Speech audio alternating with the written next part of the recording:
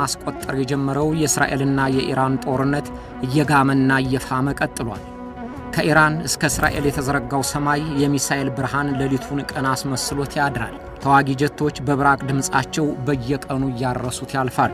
ሰላማዊ ሰዎች እንቅልፋተው ከርመዋል። ሕንፃዎች ይደረመሳሉ፣ ቤተሰቦች ይገደላሉ። ነዋሪዎች ከሌሊት ብርድ ጋር እየታገሉ ውጭ ያድራሉ፣ በመደበቂያ ዋሻ ታፍገው ይውላሉ።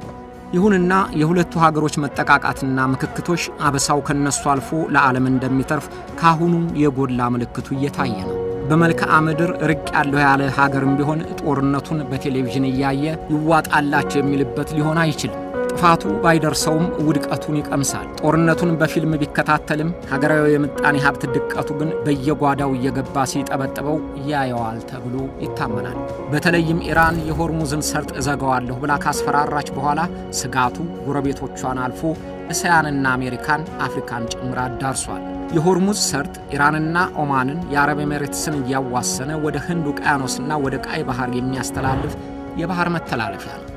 ሆርሙዝ የዓለም ዋነኛው የነዳጅ ንግድ የሚተላለፍበት በመሆኑ ያ መንገድ ከተዘጋ የቤንዚንና የተፈጥሮ ጋዝ ንግድ ጉሮሮው ይታነቃል ተብሎ በእጅጉ ተሰግቷል። እንደ ጠርሙስ አንገት ጠቦ የሚያልፈው የሆርሙዝ ሰርጥ የኢራንና የኦማንን የአረብ ኤሚሬትስንም ክልል የሚያልፍ በመሆኑ እንደ ግዛታቸው ስለሚቆጠር ዓለም አቀፍ የባህር ክልልነት የለውም። ዋናው የባህሩ መተላለፊያም የሚያልፈው በሶስቱ የኢራን ደሴቶች መካከል ነው። ሆርሙዝ በአንድ ቦታ ጠባብ ሆኖ ይለፍ እንጂ ስፋትና ጥልቀቱ ታላላቅ መርከቦችን ለማስተላለፍ ተመራጭ ነው።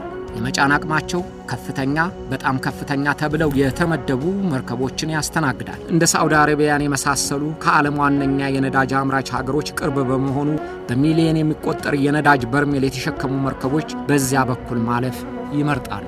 ሳዑዲ አረቢያ፣ ኦማን፣ አረብ ኤሚሬትስ፣ ባህሬን፣ ኳታር፣ ራሷ ኢራን ጭምር የነዳጅ ምርታቸውን ለዓለም ገበያ የሚያቀርቡት በሆርሙዝ ሰርጥ በኩል ነው። በቅርቡ የወጡ መረጃዎች እንዳረጋገጡት በየቀኑ 17.5 ቢሊዮን በርሜል ነዳጅ የጫኑ ታላላቅ መርከቦች በሆርሙዝ ሰርጥ በኩል ያልፋሉ። በገንዘብ ሲተመንም በየቀኑ 1.7 ቢሊዮን ዶላር የሚያወጣ ነዳጅ ይተላለፍበታል።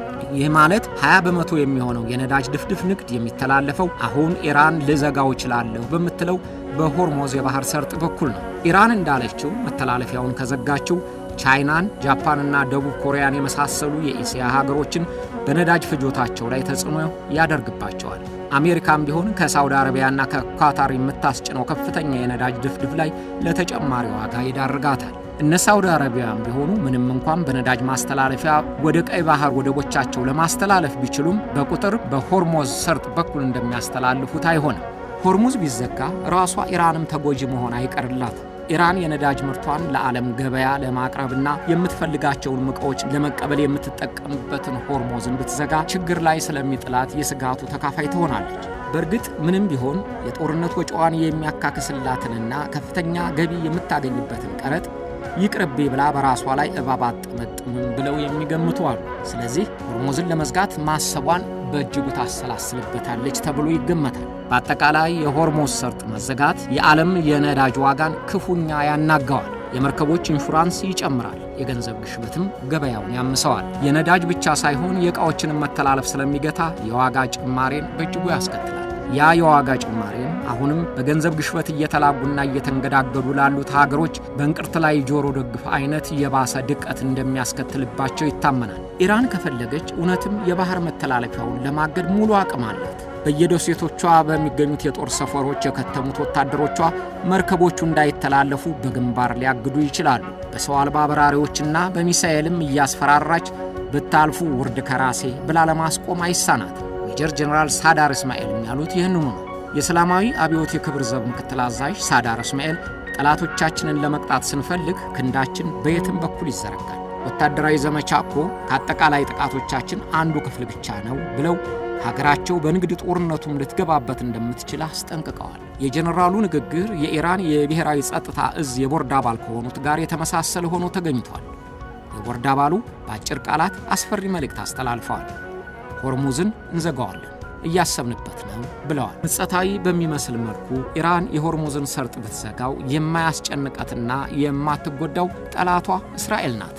እስራኤል 250,000 በርሜል የሚደርሰውን የቀን የነዳጅ ፍላጎቷን የምታሟላው ከብራዚል፣ ከጋቦን፣ ከአዘርባይጃንና ከአሜሪካ